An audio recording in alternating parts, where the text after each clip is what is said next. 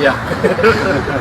Kwanza kabisa leo tumekutana hapa kama viongozi wa mkoa wa Magharibi kutoka kwa political parties zote.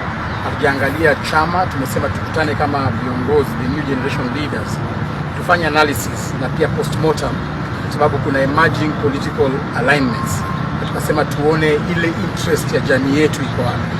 Sababu tumefanya hivyo ni sababu wale viongozi ambao wamekuwa tunaona hawajatuelekeza vizuri. Hiyo ndio ukweli wa maneno. Tukasema kwamba tukuje sisi kama viongozi wa the new generation tuanze kusemezana. Na tumekubaliana kwa kauli moja kwamba hatuwezi jiongelea vile sisi tunataka.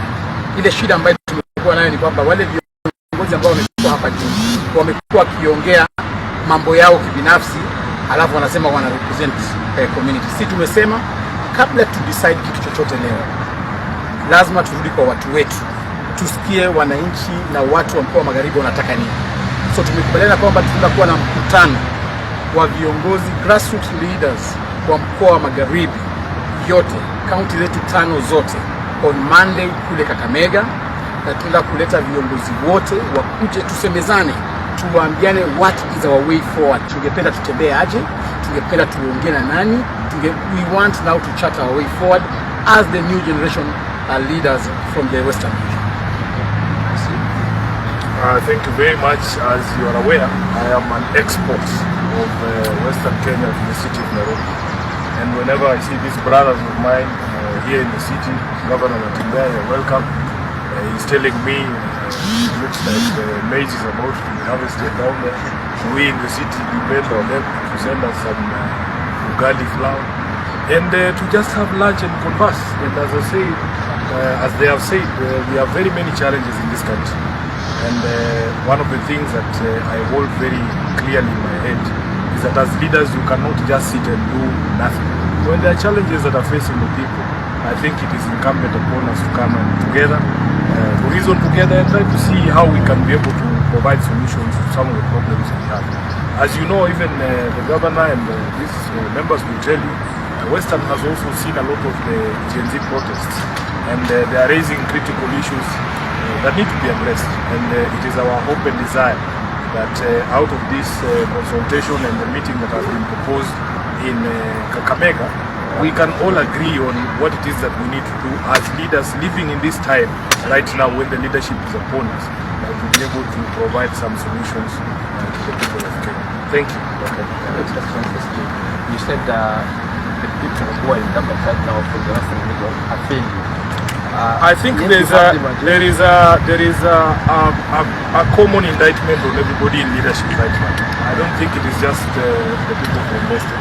I think there is an acknowledgement across the board that we wouldn't have gotten where we are if there was leadership in the country.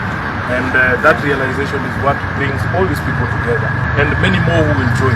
I believe we can put our heads together. Honorable Mugabe, Honorable Nabi, all these people have Milanya. There are people who are, have the capacity to be able to proffer some solutions to some of the issues. So we are not interested in attacking anyone. We just want to consult amongst ourselves and see if it is possible for us to offer some solutions to the problems facing the country. Before I get to the rest, both of you are Secretary General of parties in this country. Yes. Do you have the blessings of your parties to be here?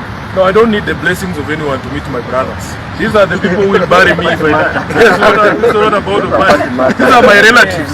They are telling me I need an okay from who to see my brother, and he's telling me about my farm at home and how my maize is doing. That's not the right question at all. Ask that proper question.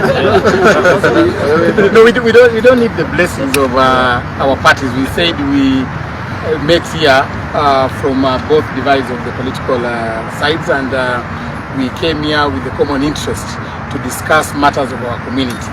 And when you are discussing matters of your community, a problem that affects the child in Bungoma is the same problem that affects a child in Mumias, and therefore it cuts across.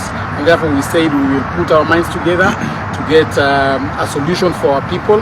And we are saying that as leaders who are leading our community right now, we must be on top of the things. We don't want to be following our people. We want to lead our people, and we say we are going to consult our people. We're going to talk to our people to so that we can get an amicable solution to the problems that are facing our community.